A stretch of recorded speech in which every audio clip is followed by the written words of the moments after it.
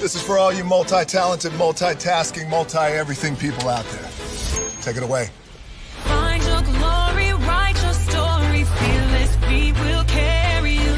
Time you own it, take your moment, be a fire burning through. Hustling from night until morning, grinding it out, it won't be long. Feel your power, it's your hour, you inspire, you are strong. Enjoy your Zoa. No applause? You're all fired. Now that you've reached the stage in your life where quality television is important, Nubian TV is a black network that speaks to your lifestyle. Nubian TV is the world's first digital network devoted to the upscale and political lifestyles of black people. Nubian TV's programming includes politics, travel, fashion, food, automotive, arts and culture, civil rights, music, and more. Watch now on Amazon Fire TV, Roku, or watch globally at nubiantv.net. Nubian TV, it's what you want to watch.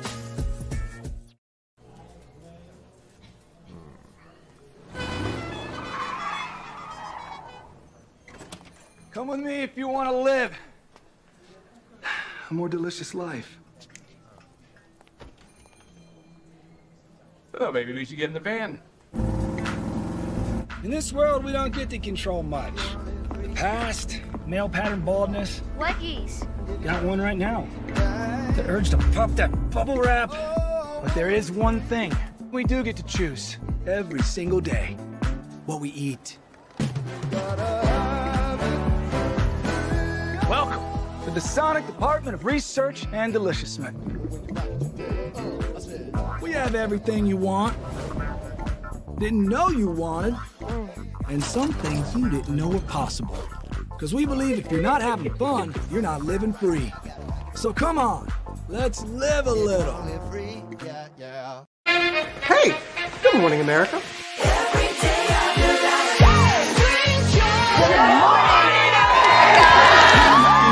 Good morning, America. Good morning, America. Good morning, America.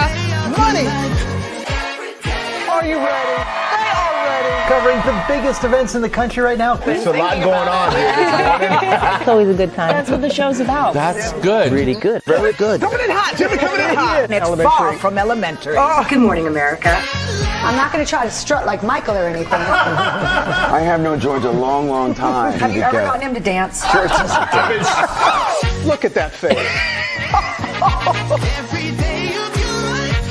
You don't just see it, you feel it. I'm in. I'm in. I'm in. I'm in too. I'll be there. I am here and so happy. I'm in. I'm in too. I'm in. That tells you something when Snoop Dogg's in.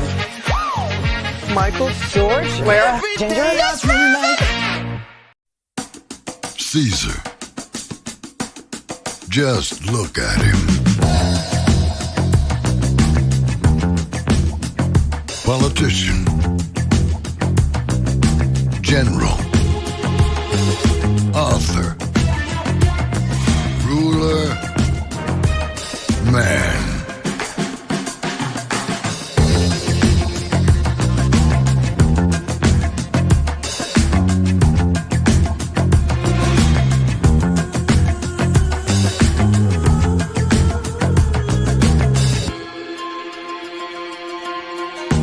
Legend has it, he's not only stared into the belly of the beast, he's had it for dinner. Here he's free to relax, or party, or relax, or party, or relax, and party. His is a world of opulence, excess, and the occasional impulse buy. Not one to rest on his laurels, he's famous for ushering in a new age of entertainment. So, for anyone seeking a place where the sun never sets on a good time, all this awaits. I am Caesar, and I approve this palace.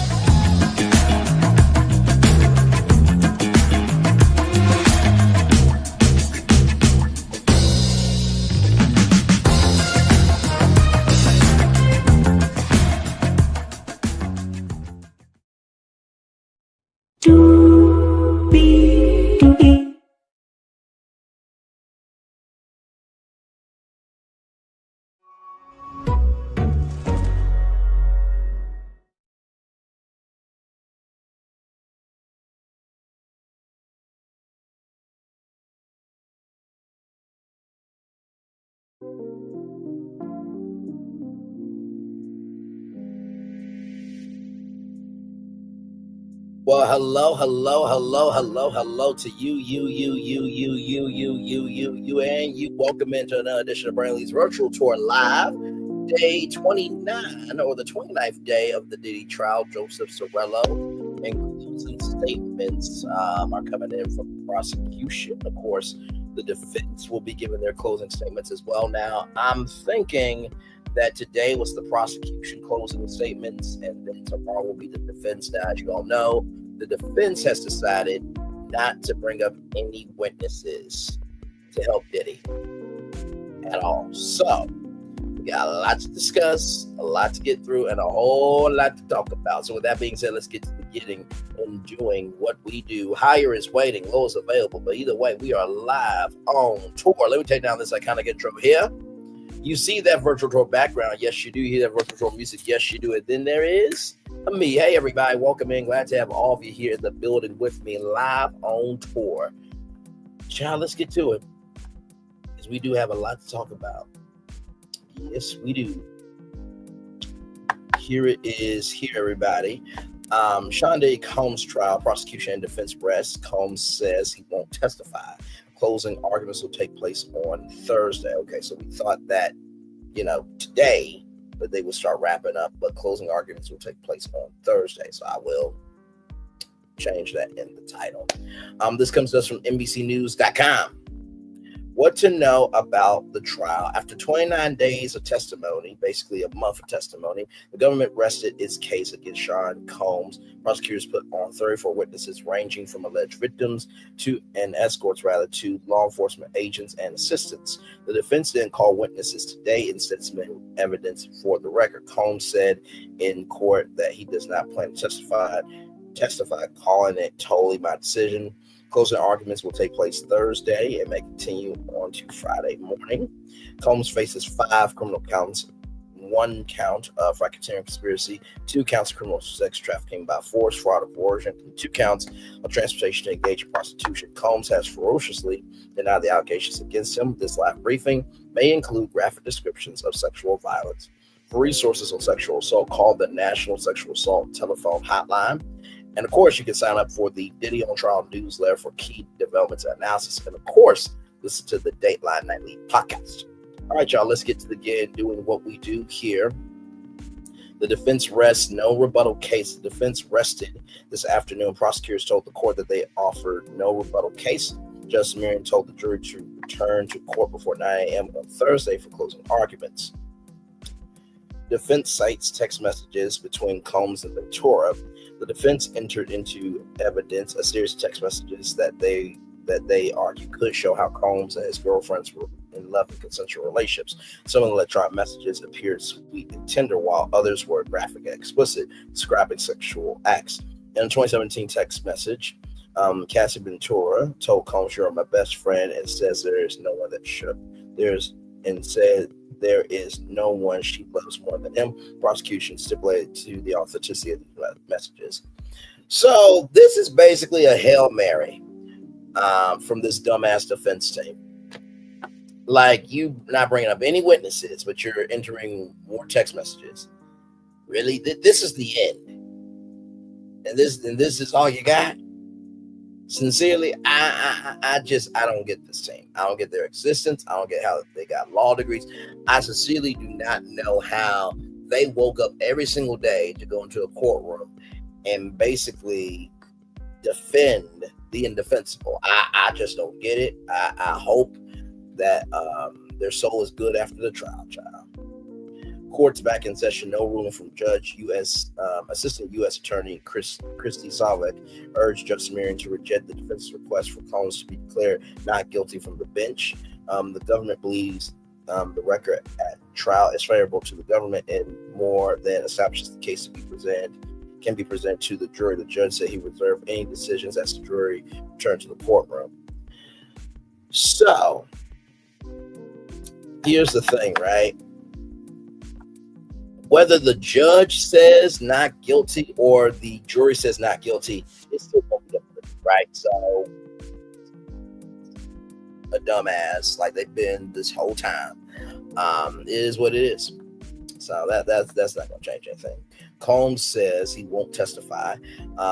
Judge Arson asked Combs how he was feeling. Combs responded, "I'm doing great. Thank you, Your Honor," adding, You're doing an excellent job. When asked, "Is it your decision not to testify?" Combs responded, "We have discussed it thoroughly. That is my decision. That's totally my decision. My decision. I am making it."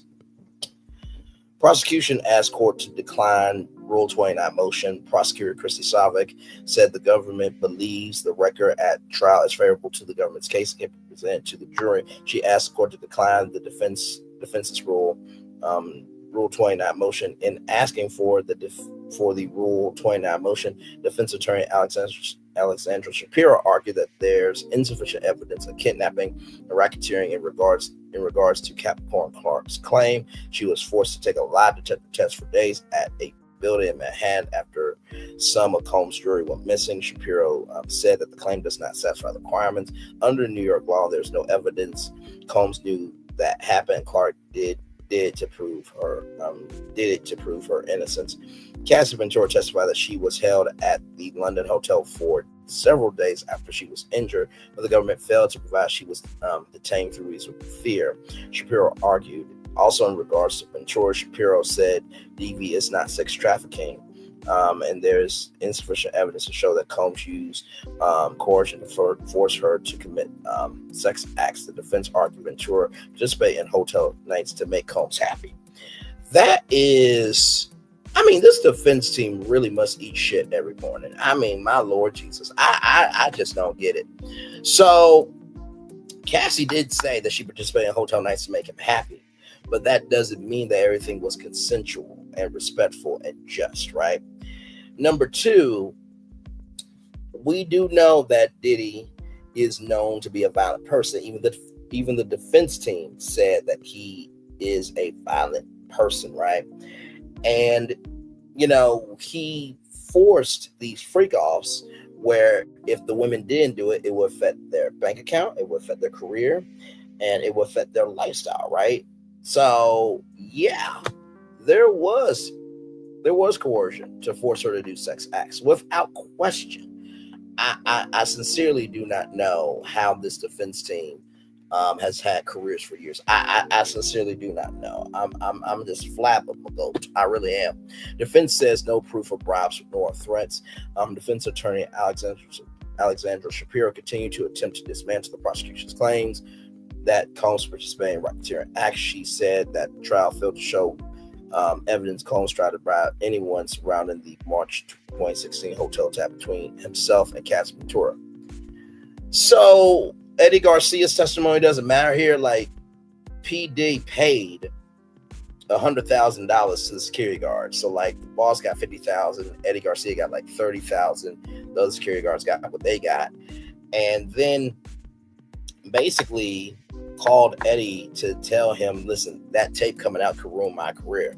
Basically, Diddy calling Eddie Garcia to let him know that he knows what the fuck he did. And you mean to tell me that the trial failed to show evidence that Combs tried to bribe anyone? That was a bribe. About the video, yes. I can't. You know what? This defense team moves like Portia Williams' existence. It's not just feeding the hungry only on Thanksgiving. It's an everyday situation. You know what I mean? This is 265 days a year.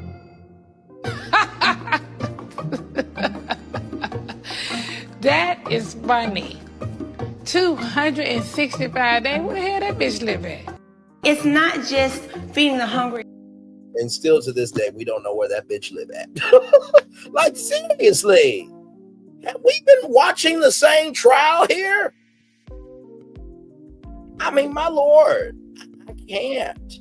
She said there was no police involvement. Ventura did not want the police involved and no charges were pressed. No, Diddy did not want the police involved. Ventura wanted police involved, but she knew that if she called the police, then there would be consequences to her. Eddie Garcia, who worked as security supervisor at the Los Angeles hotel where Combs was filmed attacking Ventura testified that he received $100,000 for himself and 2 other employees for keeping the video under wraps. Shapiro know that he signed an NDA that permitted him to report to law enforcement. Shapiro argued that Combs didn't threaten Mia or other staffers. Mia testified that one of Combs' security guards, D-Rock, offered to send her something which she interpreted as money after Ventura's lawsuit was filed. So basically a bribe to keep your mouth shut. But you also said that that the trial failed to show evidence. Combs tried to bribe anyone surrounding the March 2016 hotel attack between himself and Cassie Ventura. That also includes the lawsuit. Dumbass. The hell? Oh, my Lord Jesus. Shapiro said there's no federal nexus under the RICO charge because there has to be proof of victim turned to federal officials or proof of federal investigation. There was 2 raids by Homeland Security, and the FBI has been in this ish. Like, what? Oh my God! I can't. Really?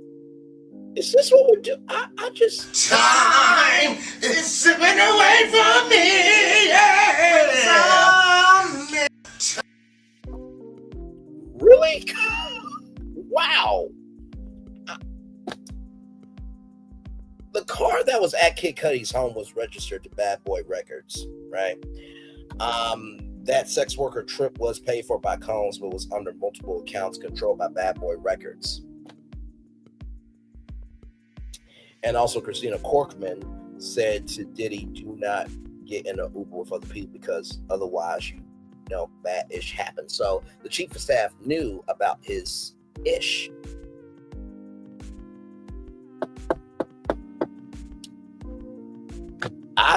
I'm just like, wow, the stupidity that is running through this trial of everybody who got up to try to defend this piece of dumb fuck. I just don't get it. I truly don't.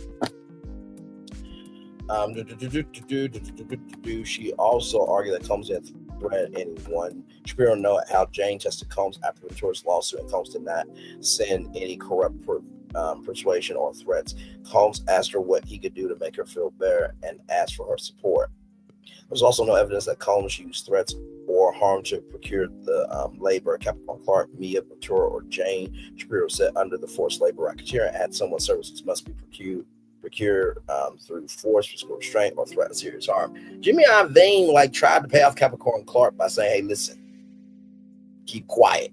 Okay, so listen, that was a way to produce a threat, okay? And not to mention, too, the jewelry that was allegedly stolen, that if she didn't pass the test, that she would be thrown to the Hudson River. That's not potential harm to Capricorn Clark. Okay. While some of Combs' staffers described him as abusive and working under gloom conditions with little sleep, they all could have left. Shapiro said, in reality, most were in fear of losing their job, she said. The way that Diddy has moved, a no. Defense moves for Rule 29 judgment of acquittal. Y'all have asked for 3 mistrials, and now you're asking for an acquittal? No. You're going to, in the words of Maurice Scott, lay there, roll over, and take it. That's what the fuck you're going to do. After the prosecution rested, the defense ruled for a Rule 29 motion for judgment of acquittal on counts 1 through 5. Defense attorney Alexander Shapiro argued that the prosecution failed to prove at least three elements of the RICO racketeering charge, failed to show how he violated RICO, that he agreed. Hang on 1 second, y'all. I gotta. One moment. I just gotta. I always hate when this happens because I got it, y'all. I got my charger. Child. Okay, all right there. And in you go. There we go. All right, back to our hosting position. There we go. Thank you. He failed to show that he violated RICO, that he agreed to participate in insufficient evidence of conspiracy. She argued that there was an enterprise in this case. It was simply Combs engaged in sex acts in his personal times with his girlfriends. But also, too, prostitution is legal in some states. One state is not illegal, and is Las Vegas. But he did pay for prostitutes and took them across state lines. That's a crime. Okay. All right.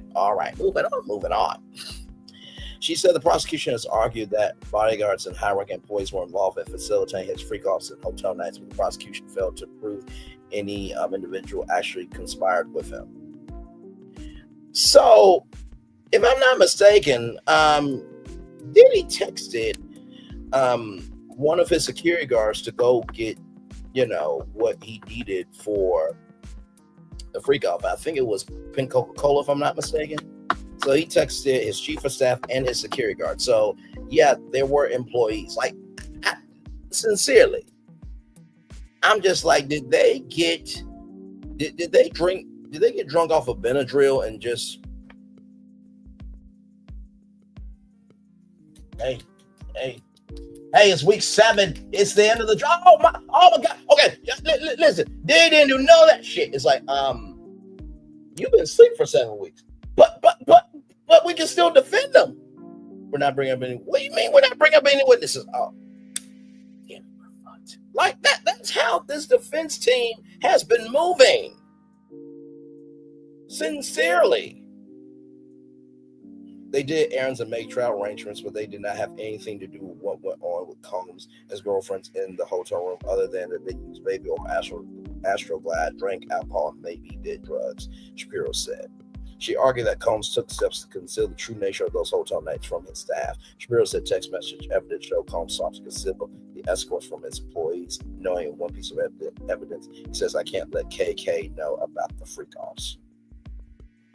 Shapiro said when Combs' chief of staff, Christina Corkman, and security guards learned of his malice against Catherine Ventura, they tried to help her. Shapiro argued that there's no evidence.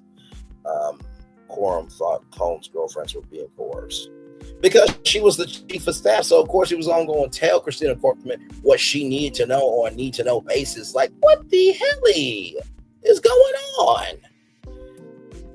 After prosecution rests, court breaks for lunch. Judge Marion sent jurors out for lunch and asked them to return to court by 2 p.m. Eastern.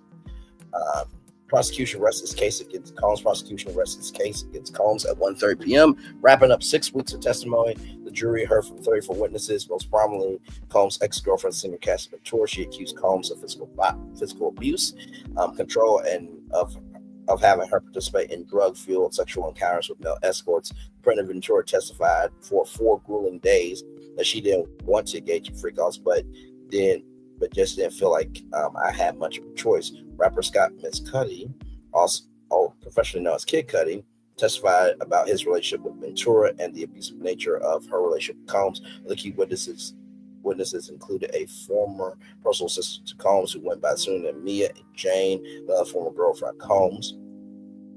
Mia accused Combs of sexually assaulting her on multiple occasions, and said she witnessed Combs lashing out violently against Ventura. Mia also described cleaning up after the couple's hotel nights. Jane testified to participating in hotel nights, sleeping with escorts to please Combs. His constant need for sex for entertainment left her sore, tired, exhausted, and overwhelmed, Jane said. And also, too, Jane said also that Diddy's still paying for her rent to this day. Okay. Defense ends cross-examination of Cerciello. The defense ends its cross-examination of Homeland Security Investigations Special Agent Cerciello, turning the witness over for redirect by the government. Cerciello was a conduit for both sides to get several videos and text messages into evidence. Wrong video showed in court. A video of a freak-off was to be played in court, but shortly after, defense attorney Garrigo said the deputy played the wrong video. That was evidence the correct video was played. Well, here's the thing, right? Just because the wrong video showed in court don't mean shit, Terry Garrigo, because they will use that in the jury room. You should have known better. The words of Monica. You should have known better. dumbass. Anyway, jurors show freak-off footage of Jane. The panel was shown video footage of Jane and a sex worker pawn a freak-off session from July 31st to August 1st, 2024.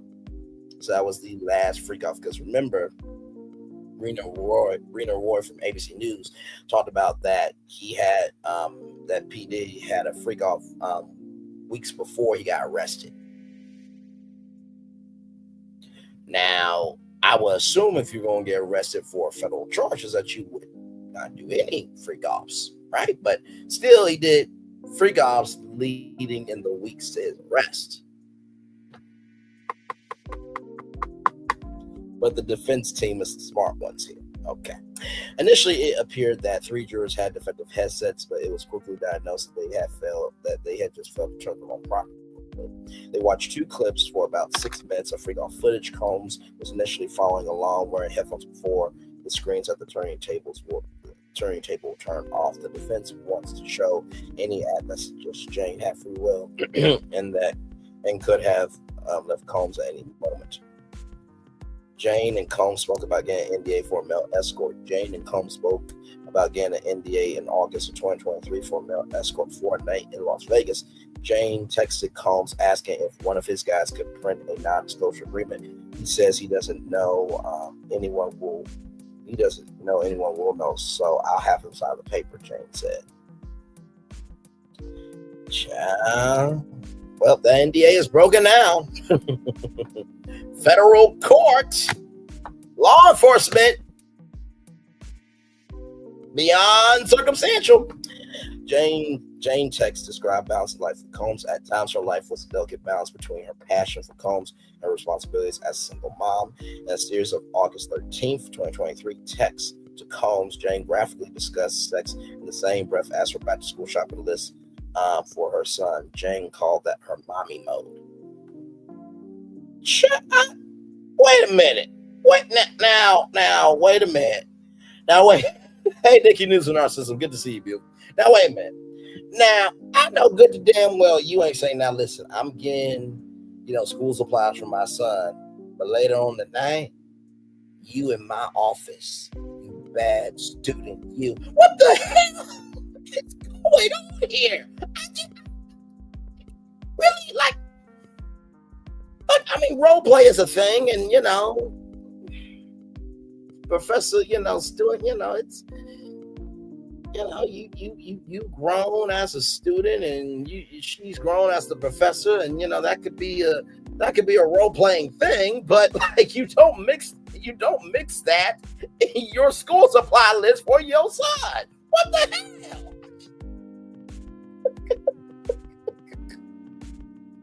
Hang on. Nikki News has that face. You know what? Hang on one second.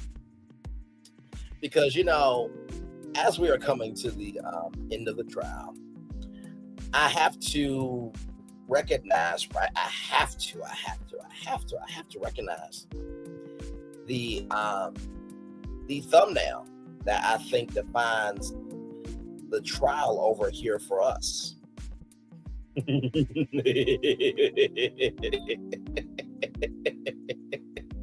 Oh man, I love doing what I do. Yes, I do. Yes, I do. Yes, I do. And I love what we do together as well, creating unity with love, understanding, and soul over here.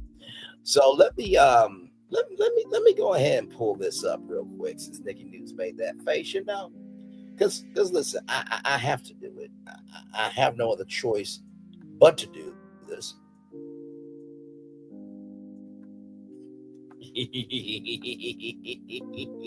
Give me a moment. Bam! Sean's John is on trial. Sean's John is on trial. I gotta tell you, Sean's John has been on trial for 6 weeks.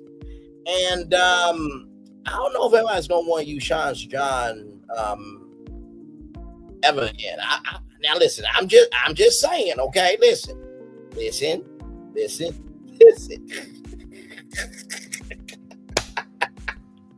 One of the masterpiece thumbnails I have ever done.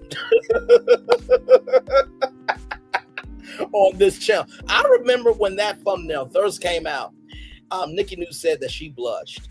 For Nikki News on narcissism, who has been a day one family member, friend, and confidant, everything in between, for her to blush, that really means something, because that means I haven't pushed all the limits. Okay. That was a little bit of wordplay. If you follow our channel closely here, you know that I love using wordplay.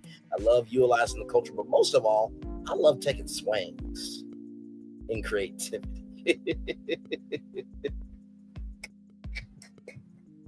You know what's been really funny?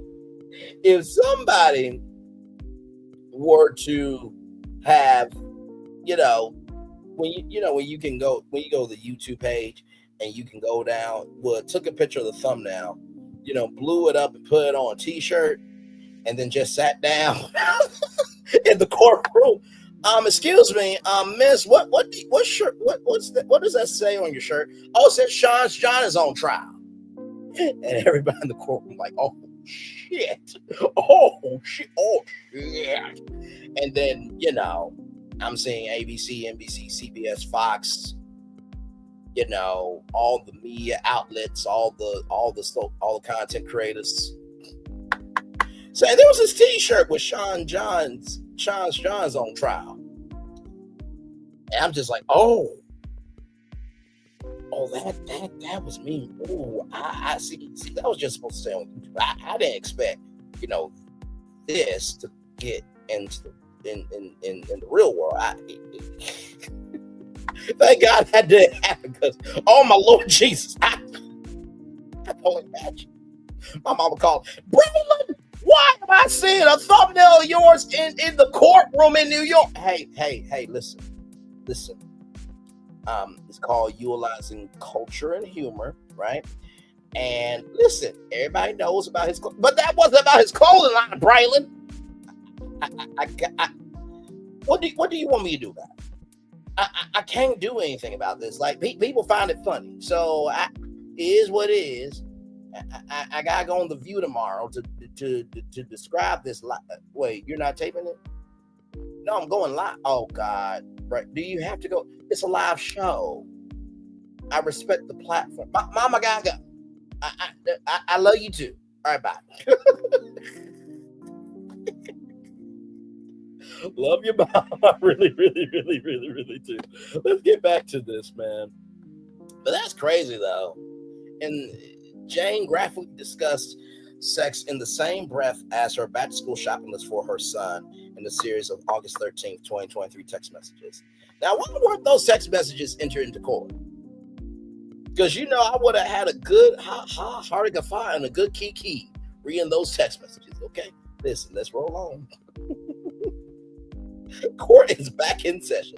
Court is back in session after a break with Cerciello still on the stand. Mid-morning break in courtroom action. U.S. District Court Judge Aaron Surin called for a 15-minute break until at least 11:50 a.m. Eastern. The defense has been examining years of text messages between Jane and Combs, showing that the former girlfriend had the freedom to travel and set her own activities. Okay, well, here's the thing, right? Freedom is relative. Was it freedom for Jane to do what she wanted to do as long as Jane was Diddy's slave? See, what's the context, conjecture, and connection there? Because something, the Kool-Aid ain't sweet about that. All right. Defense show role of Jane in relationship. Defense attorney Terry Garagos, the same woman, although from the words announced the butler from the name, we're still waiting for the DNA results, asked a woman about what type of designer luxury bag she got, rather than understand that this woman has been DV'd and sexually abused and does not have a realm of comprehension of how Terry Garagos could have had what happened to Jane happen to her. But far be it from me to give an opinion. Not wishing down Terry Garagos, obviously. I'm just saying the quiet part out loud. Defense attorney Terry Garagos has been concentrating on a series of text messages showing how at times Combs' then girlfriend Jane played an active role in setting up and joining their rendezvous with sex workers. Jane wrote to a sex worker in December 2021, joyously saying A previous night's hookup was one for the books. Later that month, Jane told the worker that she was excited to see him, while the man said he was down for that. I mean, Jane said that if she was going to do these freak offs, that she wanted to have control over who she saw. So no surprise there. Like that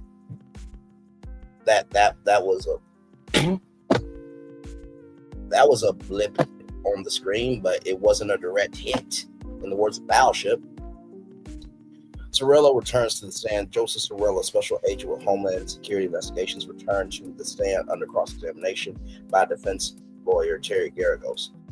Prosecution and defense debate over evidence. Court started with both sides debating evidence. Prosecution objected to a message that Combs' ex-girlfriend Cassie Ventura sent, saying she wanted to have sex with him. The defense argued that the text was the day before a freak-off and attempt to show that Combs' ex-girlfriend Willie engaged in freak-offs. The prosecution argued that she wanted sex with her boyfriend, not for the men. Judge Armstrong sustained the prosecution's objection, saying the message was about a one-on-one encounter. Tamir overruled a government objection to include a text Ventura sent saying she wanted baby oil. The judge noted that it was difficult to tell whether this message was referring to a one-on-one encounter unrelated to a hotel night. The judge also allowed a text where Ventura said she had taken Adderall and referred to a freak-off night as pretty hot. Those are just semantics, ladies and gentlemen. Now, the Adderall, no surprise there, because these were drug-fueled sexual marathons. And then, refer to a freak-off night as pretty hot. Just because there was pleasure doesn't mean there was any pain. So that's just semantics, ladies and gentlemen. Sumerian also overruled the government objection to a text where Ventura asked if she could do a freak off without getting high, to which she replied she could. Court is in session. Court is now in session, marking day 29 of Combs' trial. Combs entered court wearing an orange sweater. Diddy, not you wearing your future outfit. I'm sorry. I'm so sorry. I'm so sorry. Wait a minute, what? you know what everybody was saying when he came into the room with that orange sweater on? Well, what do we got here? Huh? You got your little satchel bag, huh? Your little ponytail, huh? Give me what's in the bag. I'll bite your fingertips off and your ponytail. Give me what's in the satchel. I know what's in the satchel. That's all I ask. Give me what's in the satchel. Well, what do we have here? Huh? We got a convicted criminal in the motherfucking ass courtroom today. Huh?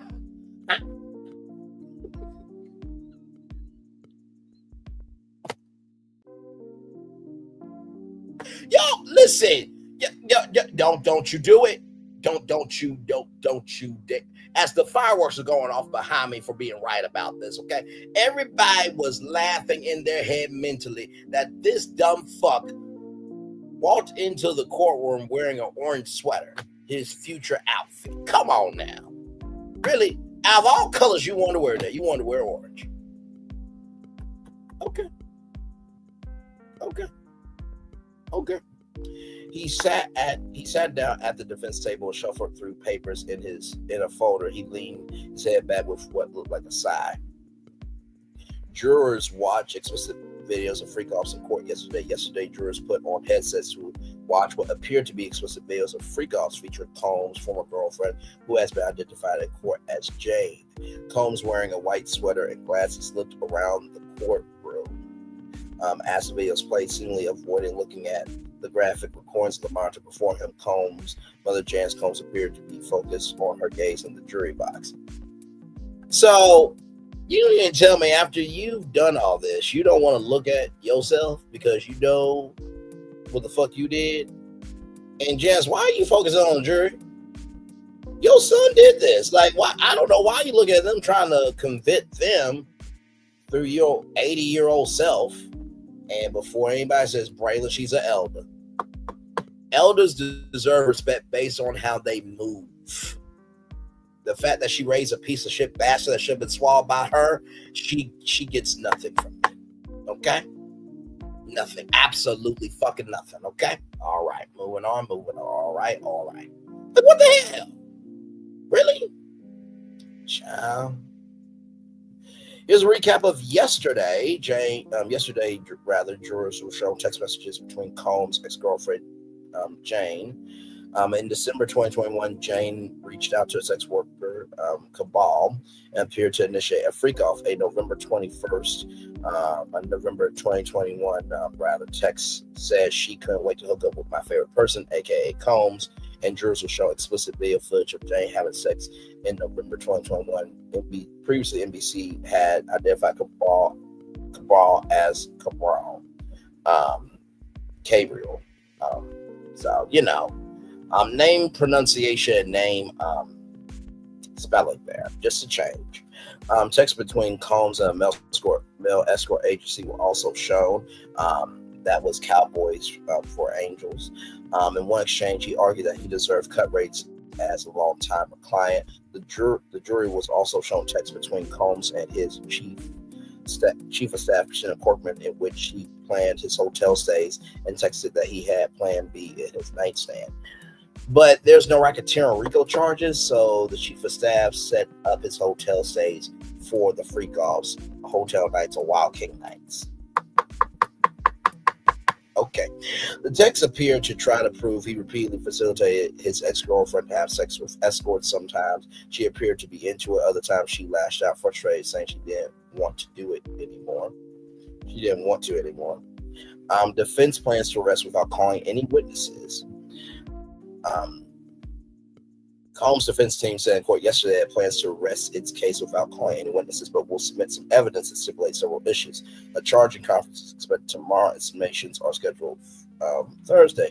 Defense lawyer Terry Garrigo said it's expected that each side will take about 4 hours to make closing arguments to jurors. Who was testified today? Joseph Cerciello, special agent with Homeland Security Investigations, will continue to testify today. After Cerciello's testimony, the prosecution will rest this case. Yesterday, he testified that Combs appeared to have paid for a sex worker named Cabral to stay at the 47 International Hotel Tower in New York City in September 2023 and take a flight from Atlanta to Newark, New Jersey. Testimony potentially underlines one of the U.S. government's charges against Combs' transportation to engage in prostitution. That's everything you need to know from the 29th day of the day trial. You know what's really interesting? The fact that no employees from the 47 International Hotel and Tower came forward as a witness. Ain't that something? Because I think that hotel was mentioned more out of any hotel location, this, that, and the third, in this trial, right? So, that being said, let's get it in here, make it do what it do from ABC News. Here we go, everybody. Breaking news, federal prosecutors resting their case in the Sean Diddy Combs sex trafficking and racketeering trial. Jurors heard more than 6 weeks of testimony from nearly 36 witnesses. Prosecutors argue their case proves that the music mogul ran a criminal enterprise using business to lure and traffic victims. Both sides have played recordings of the alleged sexual freak-offs, and the jury has seen nearly 45 minutes of those explicit videos. Combs has pleaded not guilty to all charges and denies any wrongdoing. I'm joined by Rena Roy, live outside the courthouse, also civil trial attorney Trey Lovell. So, Rena, what's the latest from court?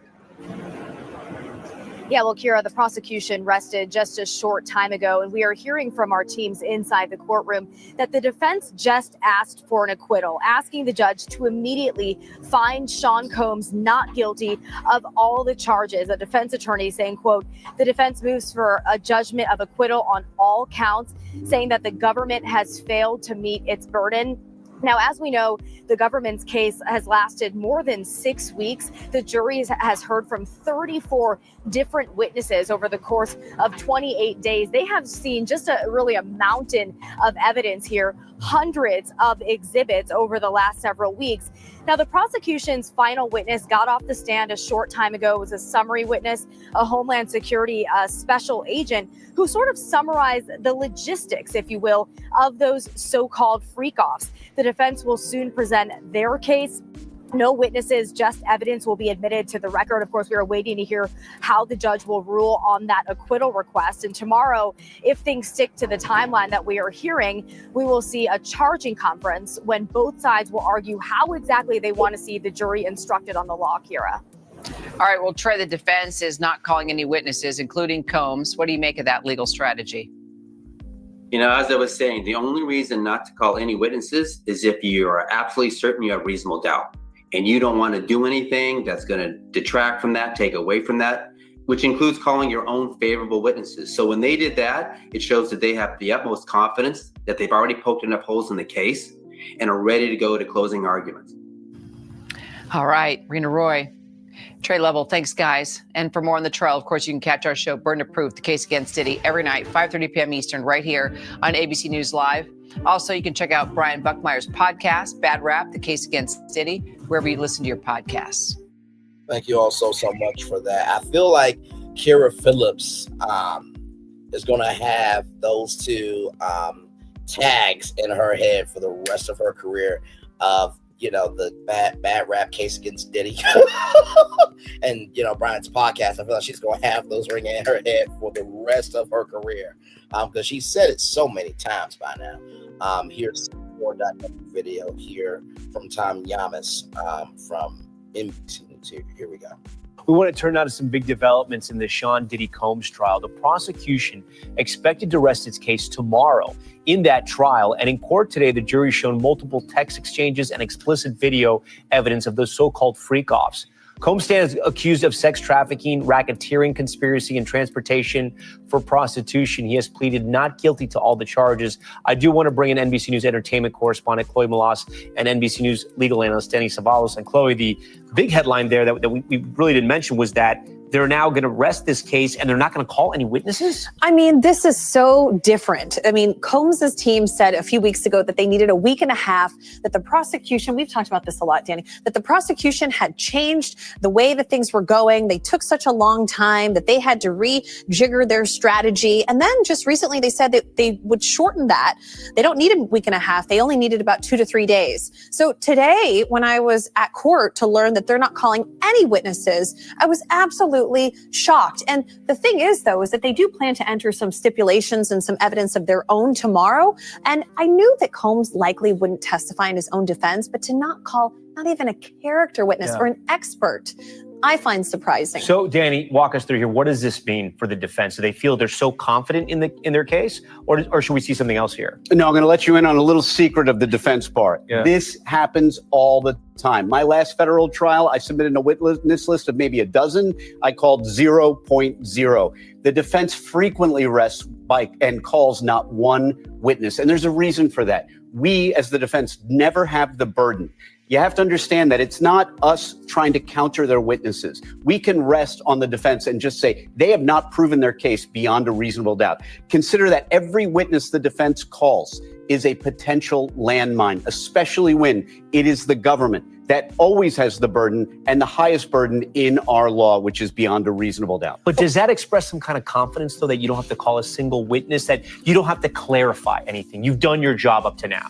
No, I would think of it this way, because I'm sure there are witnesses they would love to call, but the risk is just too great. You can't call a witness without that witness being cross-examined. So what happens is this is a game time decision. You put your witnesses on the witness list, and as the case goes on, you counsel with your other attorneys and the defendant, and you say, do we need to put on a case? And often that decision isn't made until the last day of the government's testimony. But there is an added bonus, Tom, and it's that by not revealing that, by holding your cards close to your vest, you do cause the prosecution to have to prepare for all of those witnesses. So there is a tactical advantage. Here's one person, though, that the defense always knew they were never going to call, and Chloe already revealed it. It was Sean Combs. He was never going to take the stand, but you saw that they even said he wants to.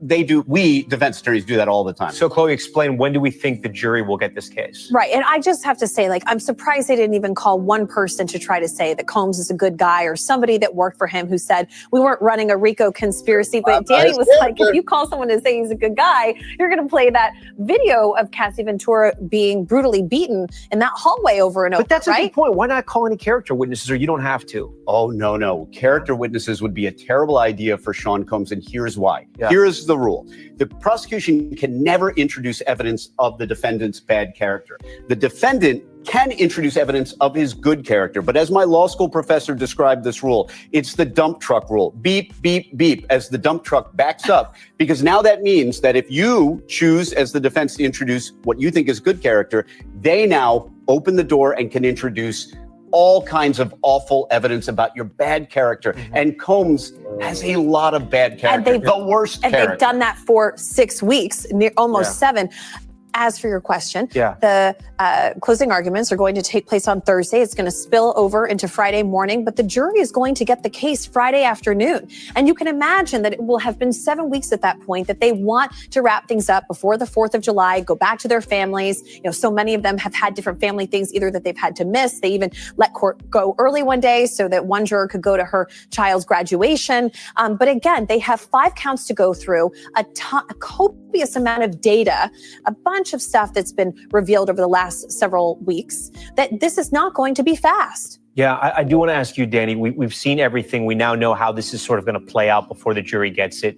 Did the prosecution make their case? I think they made their prima facie case. Now, don't take my prediction because I'm wrong all the time. I think they put in enough evidence to secure a guilty verdict. However, a lot depends on credibility. And some of these witnesses may not have been perfectly credible to these jurors. But do they have sufficient evidence in at least that a jury could conclude guilt on all counts? I believe so.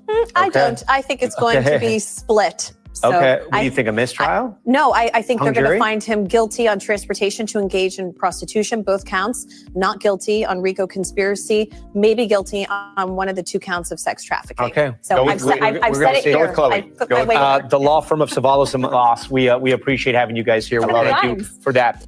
We thank you for watching. And remember, stay updated on breaking news and top stories on the NBC News app or watch live on our YouTube channel. Thank you guys for that. And let me tell you something. I liked both of their analysis.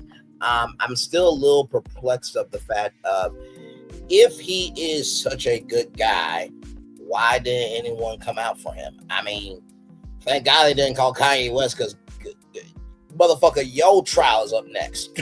Okay. Just keeping it a buck, but that's neither here nor there. But it is interesting though, because you know, I think in the court of public opinion, he's guilty. I've been saying this since the beginning of the trial. I think in the court of public opinion, he's guilty, right? Because of Cassie's lawsuit, the video, and, you know, all the civil lawsuits that came after that, right? But in the court of law, you don't know what the verdict's going to be until it's over, right? So I do agree with Chloe just a little bit that it could be split. It could, but in the court of public opinion, he's guilty. Regardless of how this plays out, his life will never be the same. Ever. So with that being said, let's watch this clip from Extra Doo-Doo. Here we go.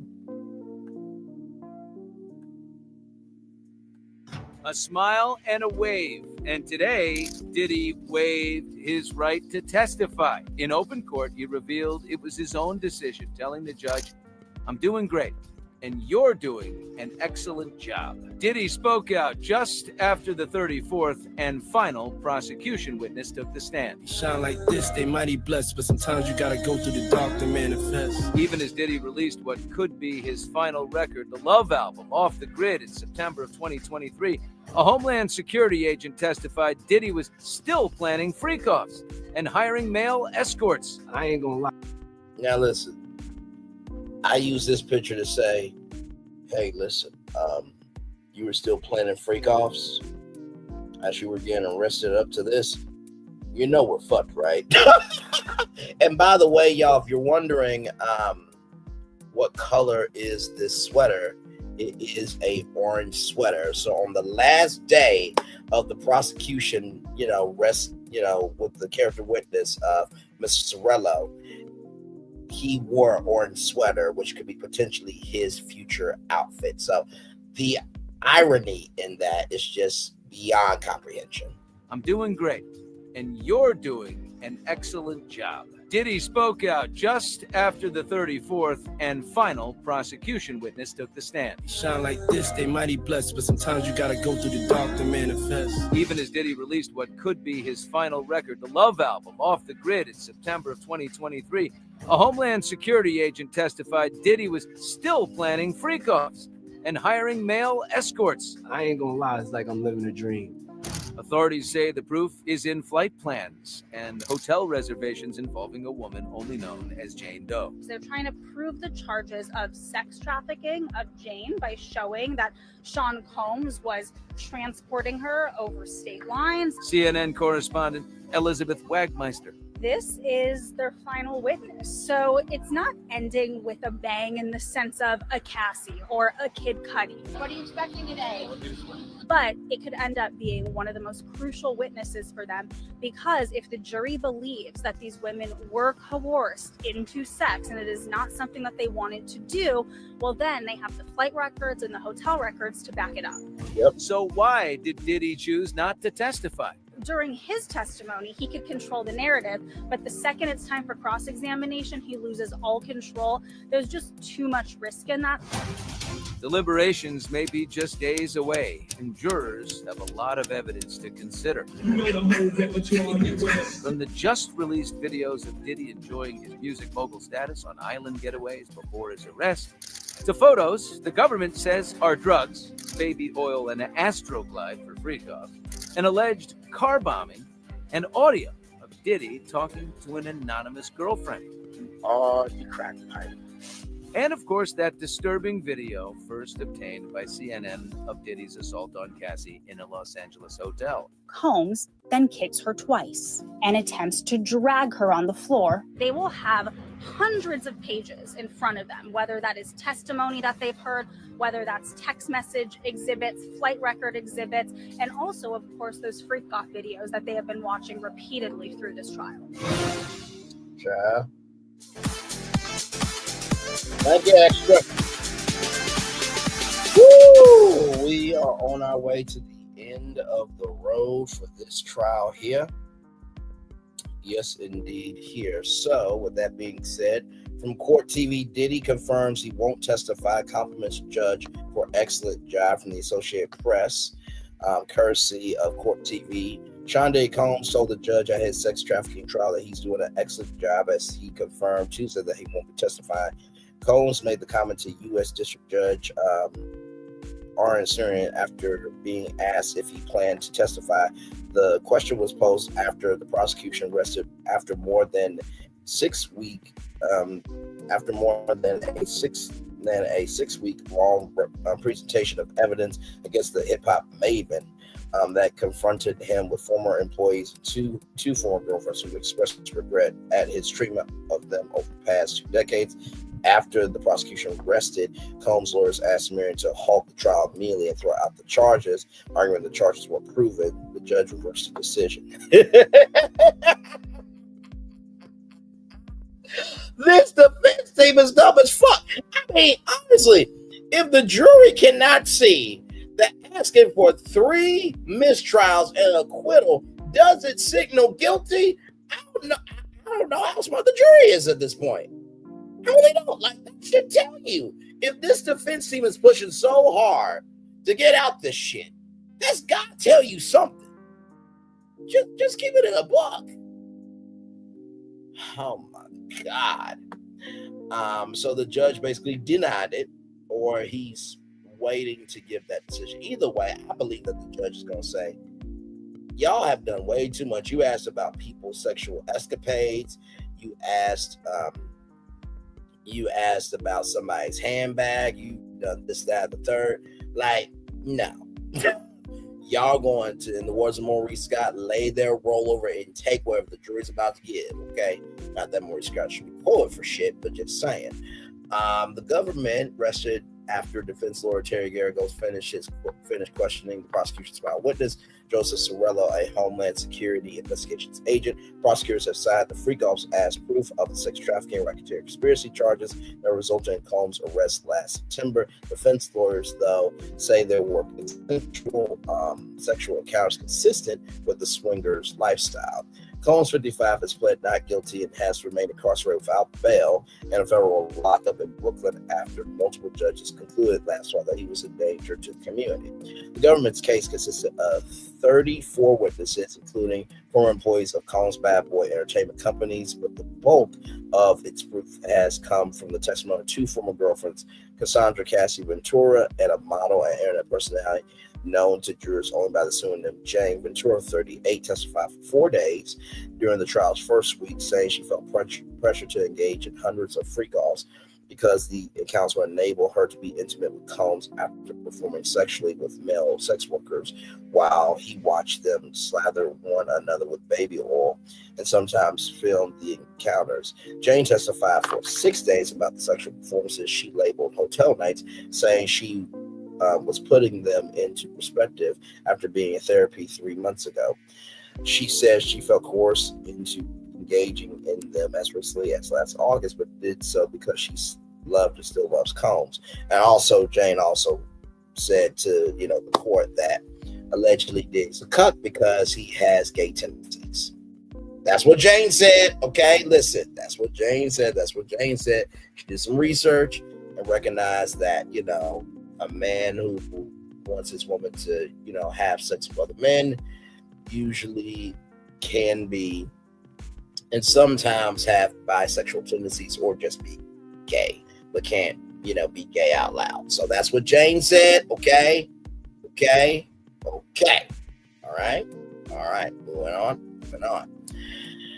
Ventura was in a relationship with Combs from 2007 to 2018, while Jane was frequently with him from 2021 until his arrest, which canceled her plan to meet him at the New York hotel where he was taken into custody. The Associated Press doesn't generally identify people who say they are victims of sexual abuse unless they come forward publicly, as Cassie has done. After prosecutors rested Tuesday, the jury was sent to lunch. When they returned, a defense presentation was expected to be complete by the end of the day without any witnesses.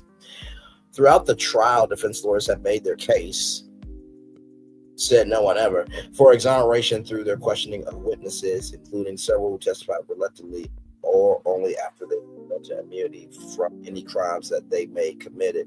Combs has been active in his defense, writing notes to his lawyers, sometimes helping them decide when to stop questioning the witness. He was admonished once by the judge for not enthusiastically toward jurors during a successful stretch of cross-examination by one of his lawyers. Prosecutors complained that his gestures were forming a testifying without being subject to cross-examination. The judge warned that he could be excluded from his trial if it happened again.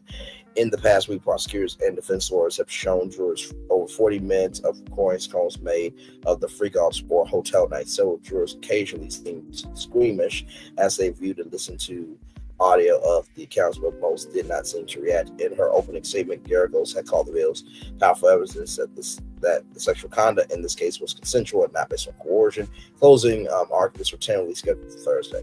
I would say to Terry Garagos, let's put you in a situation and see how you survive. If somebody said, hey, listen, if you don't do this, I will handle your family disrespectfully. Let's just see how your ass makes. Since you said that everything was consensual and not based on coercion. Get the fuck out of here. Don't waste a life. Anyway, I'm going to turn my camera now because we've done the whole show for over an hour. Yes, we have. And like I said, if it doesn't apply, let it fly. But if you let it fly, it must apply. Child, listen.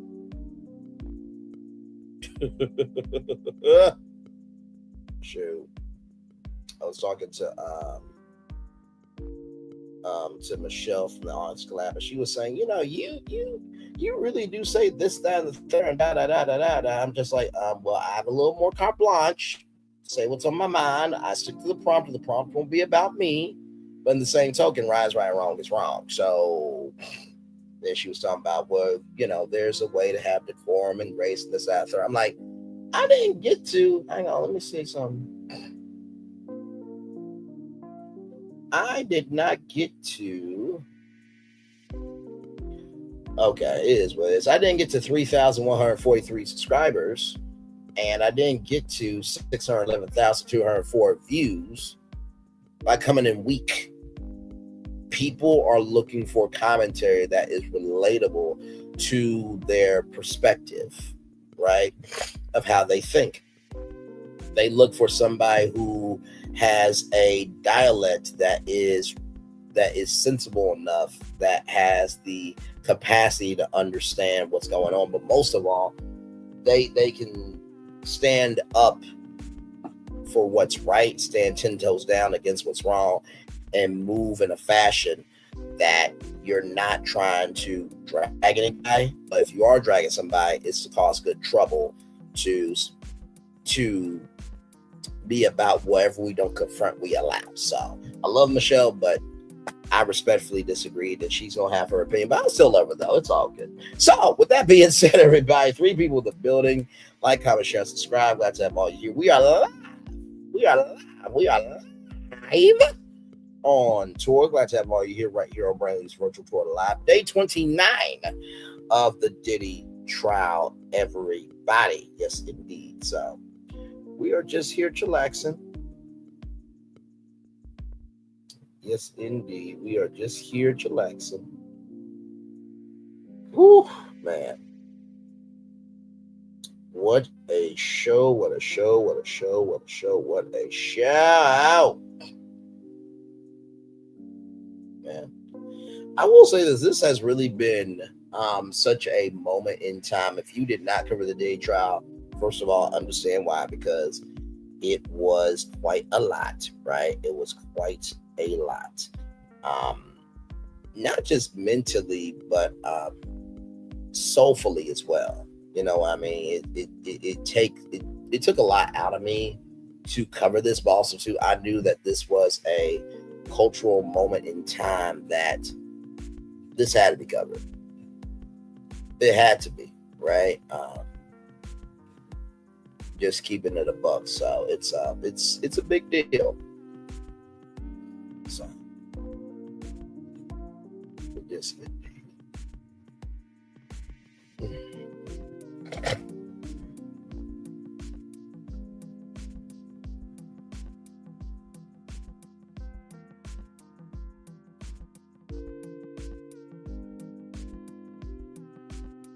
yes, indeed.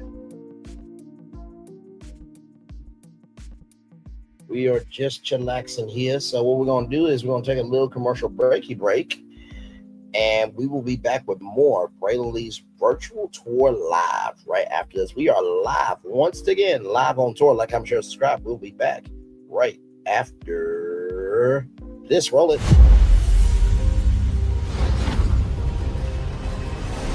Beyond this gate, find gardens green and epic worlds to fill your dreams.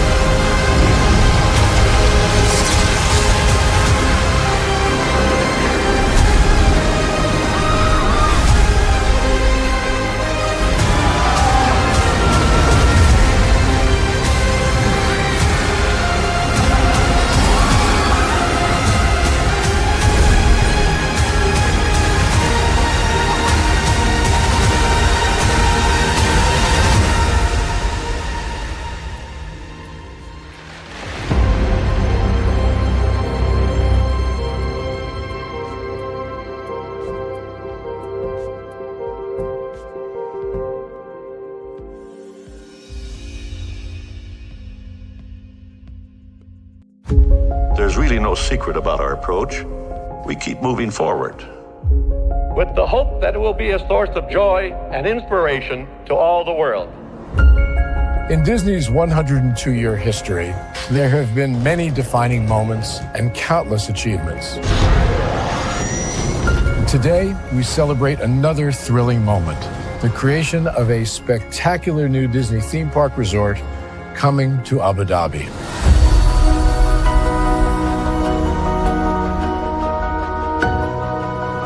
Abu Dhabi is a place where heritage meets innovation, a place where we preserve our past while designing the future. Bringing a Disney theme park resort to Yas Island, Abu Dhabi marks a historic milestone in our journey as a global family destination. The 7th Disney theme park resort destination represents a new frontier in theme park ambitions. Our resort in Abu Dhabi will be the most advanced and interactive destination in our entire portfolio.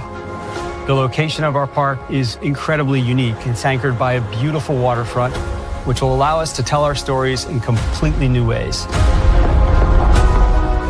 Ultimately, this project will be a celebration of what's possible when creativity and progress come together. What we are creating with Disney in Abu Dhabi is a whole new world of imagination, an experience that will inspire generations across the region and the world. This collaboration represents a powerful vision of Disney's unmatched legacy in storytelling and mirrors commitment to bringing world-class entertainment to our guests. Abu Dhabi's vision for the future is to create a legacy for generations to come. Disneyland Abu Dhabi will be authentically Disney and distinctly Emirati. An oasis of extraordinary Disney entertainment at this crossroads of the world. It will bring to life our timeless characters and stories in many new ways, becoming a source of joy and inspiration for the people of this vast region to enjoy for generations to come.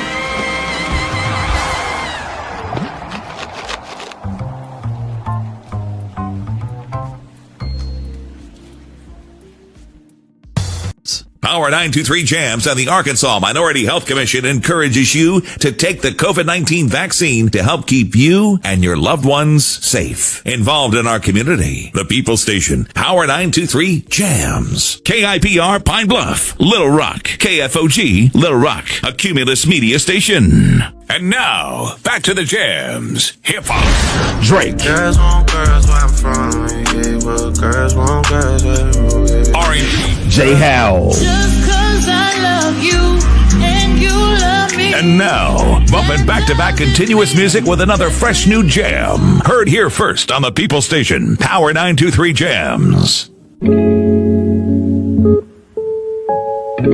Power 9. I'm loving it. I'm loving y'all right back. Welcome back into Brainley's Virtual Tour Live. We are live on tour, everybody. The 29th day of the Diddy trial. So Cerciello, I thought closing statements would have taken place today, but of course they did extend court today, so that will be starting tomorrow. Tomorrow will be the start of closing statements, and then jury deliberations. And then, ladies and gentlemen, we will be here for the verdict live, everybody. So the day that happens, we will be here They want to wrap it up before July 4th, but I think it could be on the July 4th holiday. So this is one of those times where it's going to be, where were you on July 4th when Diddy got convicted? Allegedly. We don't know the verdict yet. Okay, I'm just talking since we're here. But yes, indeed. So, a lot going on. Lot going on here. So, yeah, like I said to my friend Bishop, this is the most I've worked on the channel. And not to say I don't work, because I oh my God, dude. Good Lord Jesus. But to be on 5 days a week during this trial, my Lord, and I know that when this trial is over, I know that the aftermath is going to be massive, because and you know what? I would not be surprised if we got a trailer for Diddy Do It at Essence Fest from 50 Cent. I would not be surprised. I would not be surprised at all. Like, all right, y'all. So we've been tweaking it. Here's your first sneak peek of Diddy Do It, my documentary series coming to Netflix. I would not be surprised. Would not be surprised at all. But we'll see, though. We'll see. Hey, 3 people, welcome in. Glad to have you here. We're just chillaxing. Talked about the 29th day of the Diddy trial. And I'm glad to have you all here. So,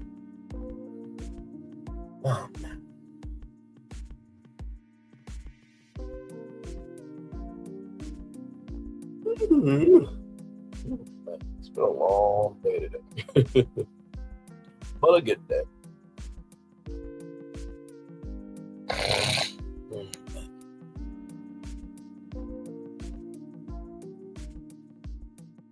Very good day. By the way, y'all stay tuned to tomorrow, because I may not have the show at 11 a.m. I'm saying this in advance because I have a meeting tomorrow during our showtime. So just want you guys to be aware. I think I'll get the show together tonight for you all, and then I'll set my alarm to be up early. So just stay tuned. You will get a morning edition of Braylon's Virtual Tour Live, just at a different time. So just to let you all know about that. But yeah. And then tomorrow, yes, like I said, tomorrow morning edition will be announced at a particular time once I have the show together for you all. Then after that,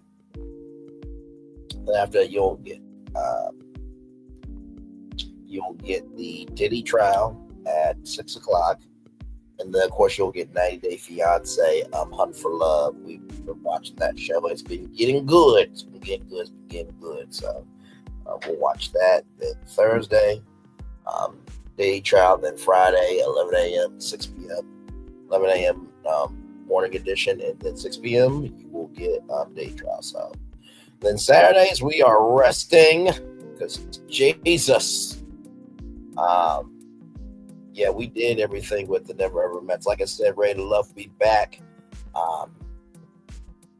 August 1st at 8, 7 Central on our own. So, yes. So, yeah, that's what we're doing. Just chilling.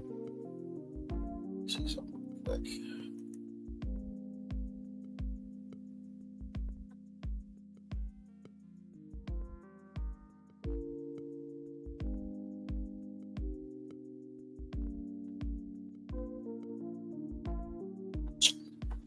Yes, well, I suspected.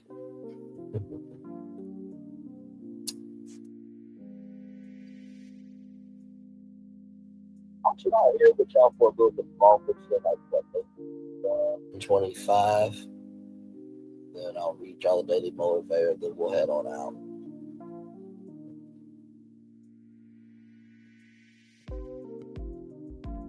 Like I said, another great show is, by the way, it's like, it says 92 degrees on my phone, but it's like AA on my laptop. So either way, it's hot. So please have your fans on. Please be staying cool. Check on your pets, check on your grandparents, check on your family, your friends, and everybody in the world to teach out with your girl. Please check on people. Hey, Father Bradley's Fun. Good to see you, man. Good to see you. By the way, congratulations, y'all. Father Bradley's Fun just got to 6 billion views on his channel. So well done to Father Bradley's Fun. Just wanted to show some love to him. I saw that before I got on and wanted to show some love. So yes, indeed. Oh, brother, it's no problem. Listen, when I say that I'm here for people, I really mean that, man. And this is the thing, if we don't celebrate our own accomplishments, who else will, right? So regardless whether I was going to post it or not, you be damn proud of that. You hear me? Am I going to watch Iron Farts? What is that? If I may ask, because I honestly don't know. I honestly don't know.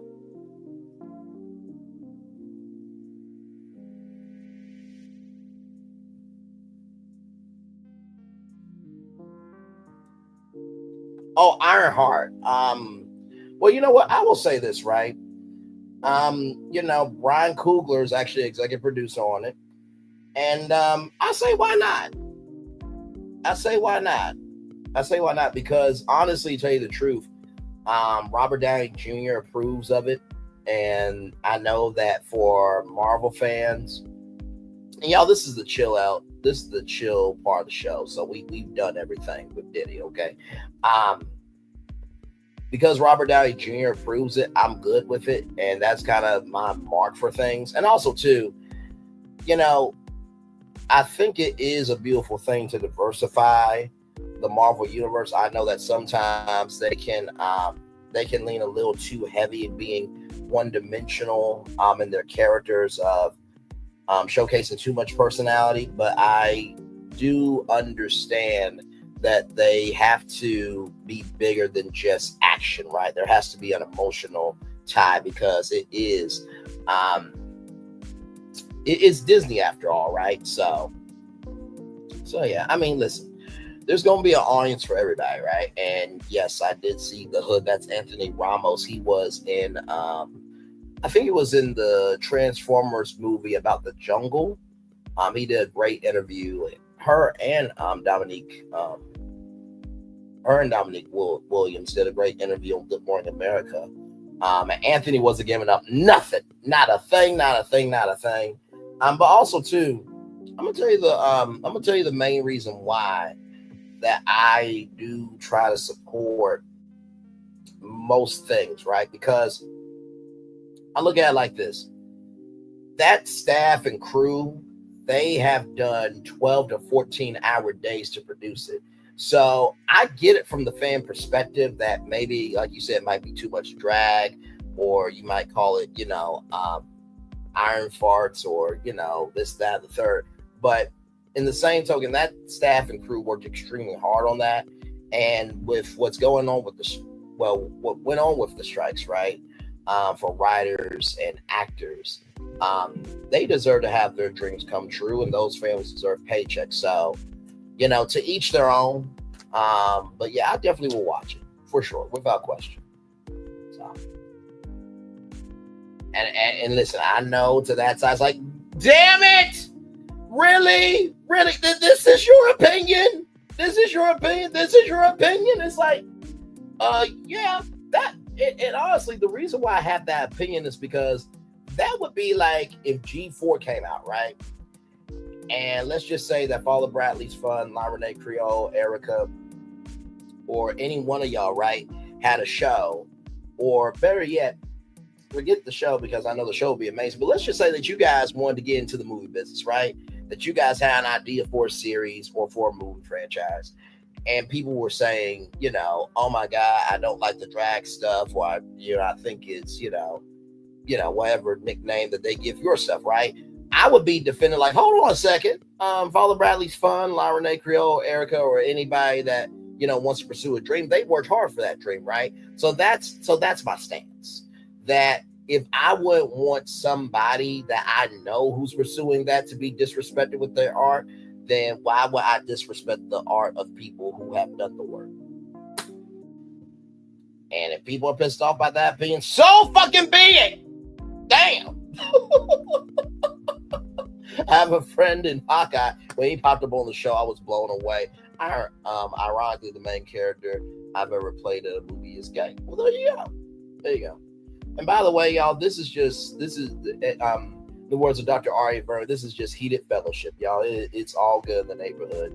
I truly believe that there is more that unites us than divides us. And like I said, I come from the media point of view on a lot of things because, like I always say, if you understand the moves that are happening around you, you'll understand the moves that you're seeing in front of you, right? So with that perspective, sometimes I'm locked into things that maybe other people don't see, or maybe there's corners that I might miss, but I'm for artistry, I'm for creativity, I'm for individuality, I'm for freedom of expression, and most of all, I'm about us being able to go after the possibilities of what can be.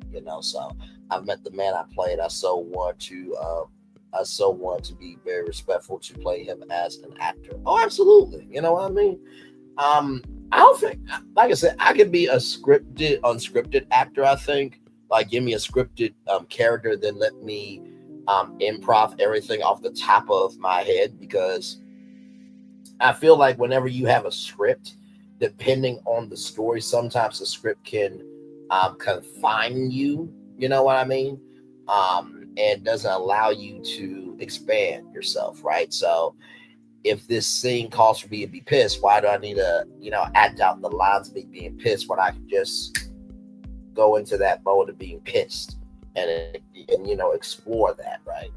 I rewrote the lines. Oh, that's what's up, my man. That's what's up.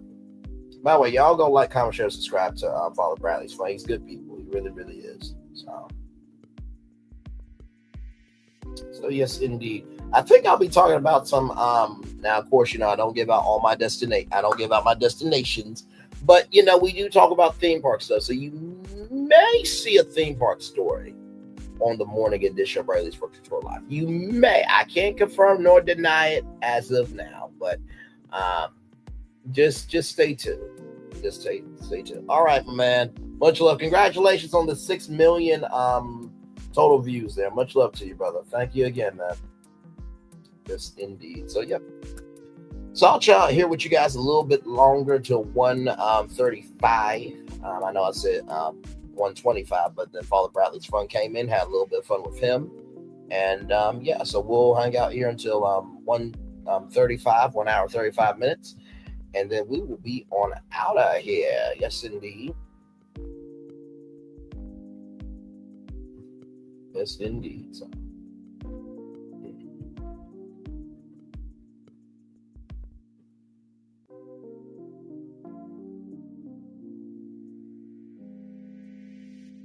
Forever in love for you. Come and love me forevermore, baby.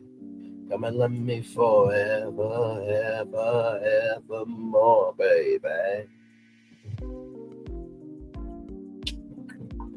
Forever in love for you. Come and love me, come and love me, come and love me forevermore, baby, baby. Yes, indeed.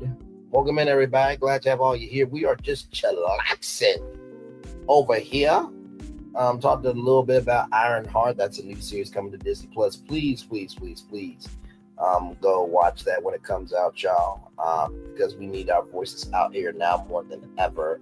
In any shape, form, or fashion, we can greatly receive them. Amen. Amen. Amen. There. Yes, indeed.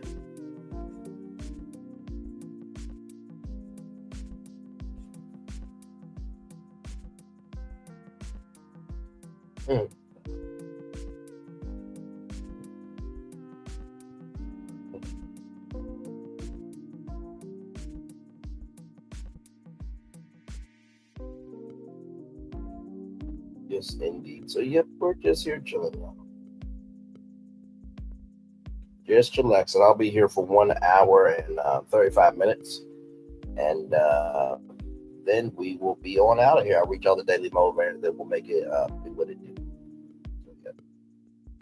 Y'all give me one moment.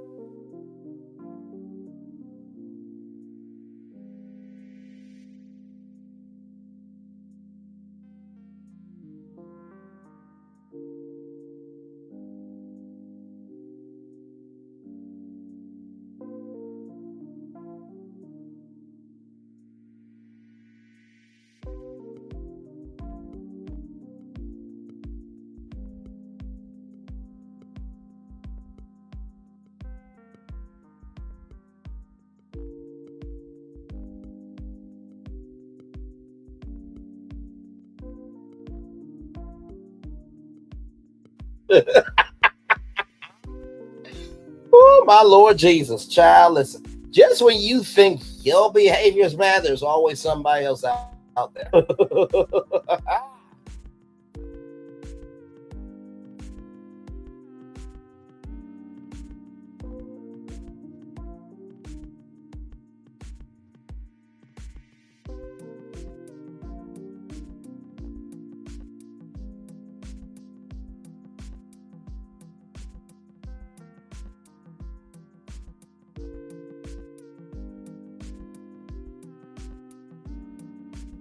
Ooh, my Lord.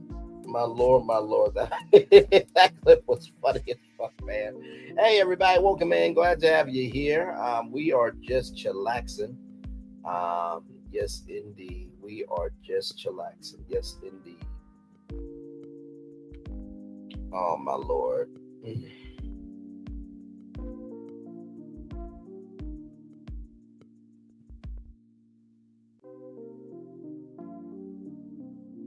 Yes, indeed. So we're just waiting here until 1 hour and 35 minutes. And then we will be heading on out of here. But another great show tonight.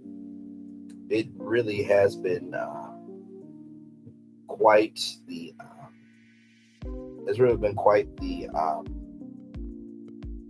energy to do this for you all every single night at 6 o'clock. And of course, when the verdict happens, of course, I'll give my final thoughts on everything. But yes, indeed, it should be a very somber day when the verdict is given for the Diddy trial. So, yeah.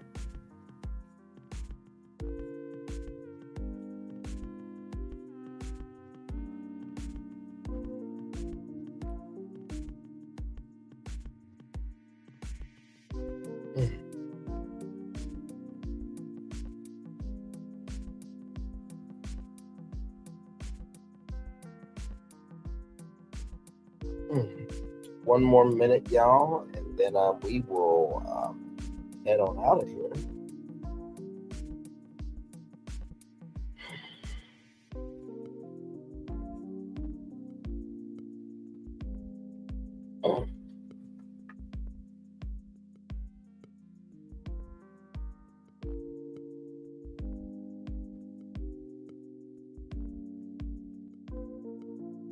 Yes, indeed. Almost there, y'all.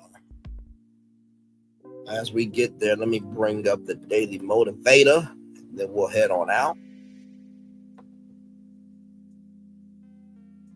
Right here, there is your Daily Motivator. Almost there to the 1 hour, 35 minute mark. 57, 58, 59. Skadoosh, there we are. Art does not solve problems, but does make us aware of their existence. It opens our eyes to see and our brain to imagine. Ooh, very nicely done by Magalda Acabornes. Very well said there. All right, y'all, it's time for Daily Motivator for Tuesday, June 24th, 2025. Flawed and beautiful. Every person is flawed in various ways. Every person makes choices that later become regrets. Remind yourself of that before casting harsh judgments on others. Ralph, some people deserve what the fuck they get, but that's neither here nor there. Back to your motivator. If it doesn't apply, let it fly. But if you let it fly, it must apply. Remind yourself of that before making any harsh judgments about yourself. By all means, expect the best of your own behavior out of the people around you. You cannot expect you out of the people, Ralph, but let's roll on. Yet be prepared to temper those expectations with a generous amount of tolerance and understanding. People can and do change for the better. Okay, Ralph. Child, listen, money and circumstances don't change people, just amplify it's already in them, Ralph Morrison. But let's roll on. And that's usually the result of encouragement rather than rebuke. But that person goes around as in a rebuking energy of angst, hate, and strife, then what's the point of encouraging them when they're a piece of shit that should have been swallowed by their fucking mother? I'm just asking a question. But let's roll on, though. Truthfully, call out wrongs when you see them. Do it with an eye toward seeking improvement instead of retribution. That he or she has not seen cast the first stone, but can't cast her. Shut the fuck up talking. But Lord Jesus, people do not seem to care about that scripture. Every flawed person is also beautiful in his or her own special way. Recognize the beauty, appeal to the truth, and bring goodness to life despite the inherent challenges. Ralph Morrison. Ralph, I got to push back on this one just a little bit, brother. I still love you though. These daily motivators have been a part of our show since the beginning of Brantley's Virtual Tour Live. So flawed and beautiful.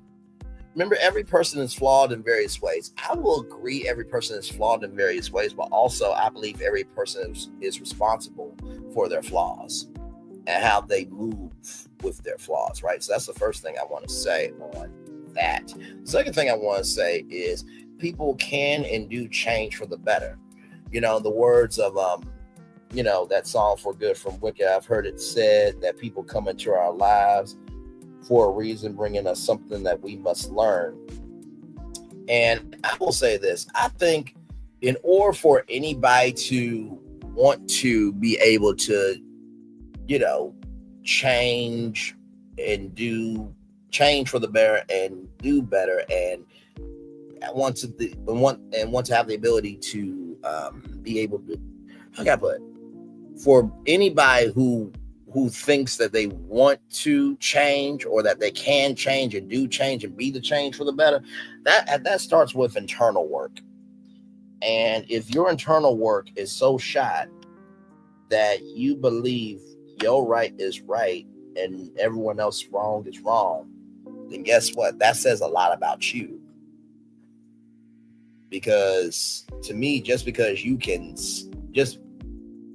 I just watched a clip of Stephen A. Smith, screaming and yelling at Perk. And one of the hosts said, just because you scream it loudly doesn't make it true.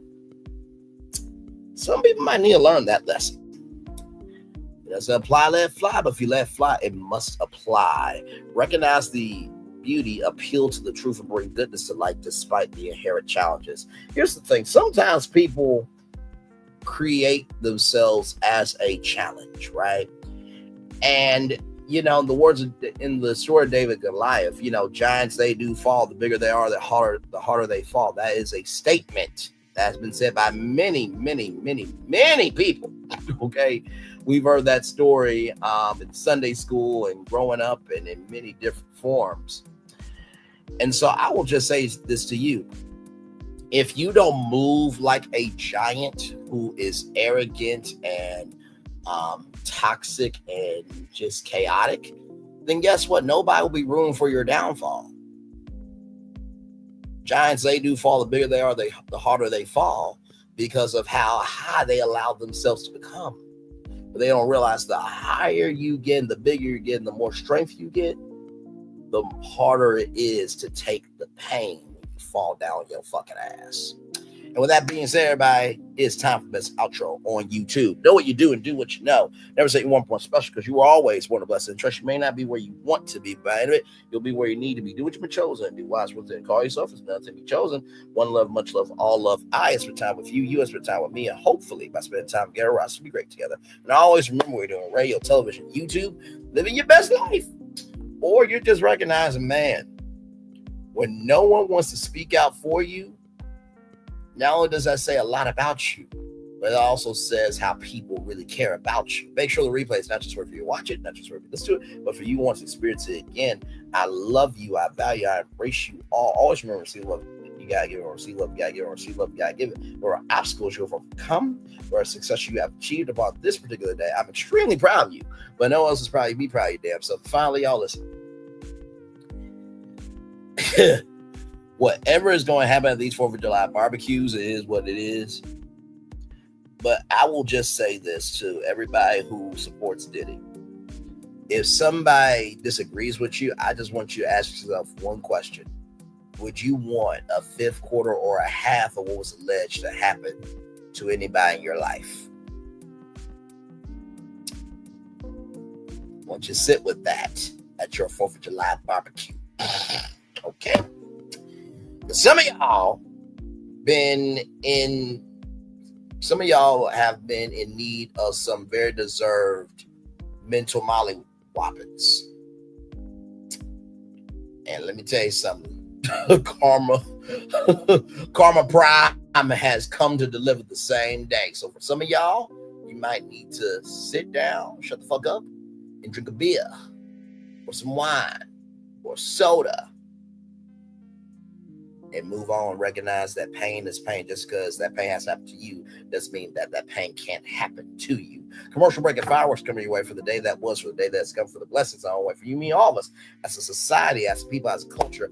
I feel the love and I send it right back to you as the fireworks, ladies and gentlemen, are going off behind us here. We have been on tour. One love, much love, all love. I've been your tour guide, Brandon Lee.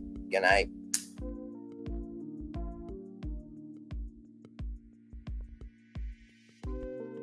I thought I should tell you, they've been talking about you.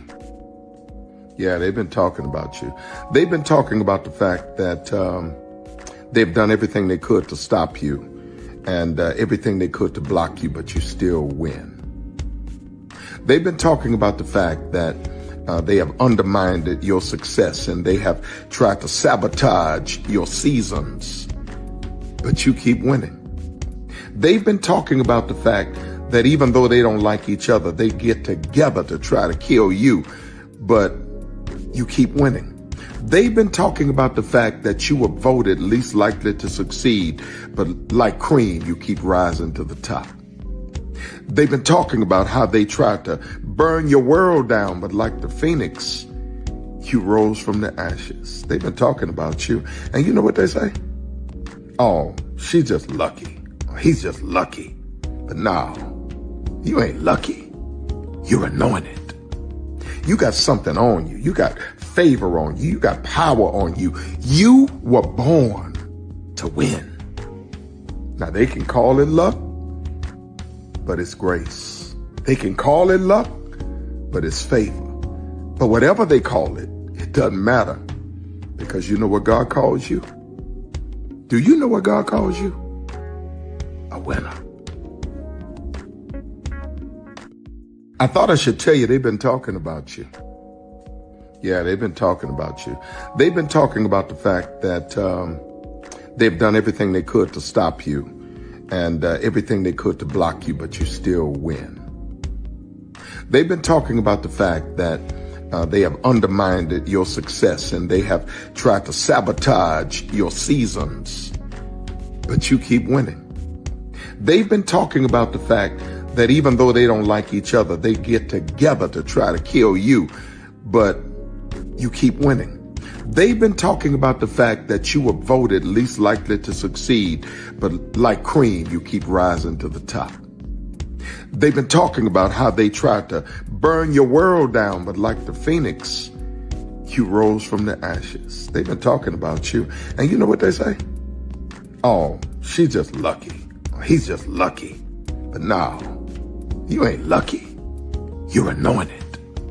You got something on you. You got favor on you. You got power on you. You were born to win. Now they can call it luck, but it's grace. They can call it luck, but it's favor. But whatever they call it, it doesn't matter, because you know what God calls you? Do you know what God calls you? A winner. I thought I should tell you they've been talking about you. Yeah, they've been talking about you. They've been talking about the fact that they've done everything they could to stop you and everything they could to block you, but you still win. They've been talking about the fact that they have undermined your success and they have tried to sabotage your seasons, but you keep winning. They've been talking about the fact that even though they don't like each other, they get together to try to kill you, but you keep winning. They've been talking about the fact that you were voted least likely to succeed, but like cream, you keep rising to the top. They've been talking about how they tried to burn your world down, but like the phoenix, you rose from the ashes. They've been talking about you. And you know what they say? Oh, she's just lucky. He's just lucky. But no, you ain't lucky. You're anointed. You got something on you. You got favor on you. You got power on you. You were born to win. Now they can call it luck, but it's grace. They can call it luck, but it's favor. But whatever they call it, it doesn't matter, because you know what God calls you? Do you know what God calls you? A winner.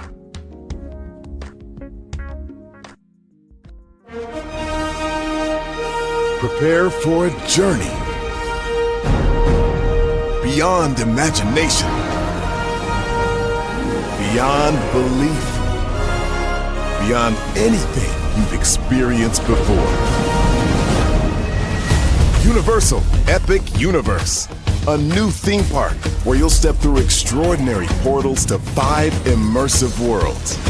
Prepare for a cosmic voyage of discovery, an isle of fire-breathing excitement, a shadowy world of monsters and mystery, new wonders in the wizarding world, and a new way to play.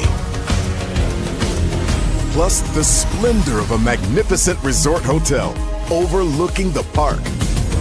It's all new excitement at Universal Orlando Resort. A week's worth of vacation thrills with 4 amazing theme parks, a variety of spectacular themed hotels, and incredible dining and entertainment. It's all at Universal Orlando Resort, where you'll find new adventures every day. Explore the astonishing worlds of Universal Epic Universe at Universal Orlando Resort.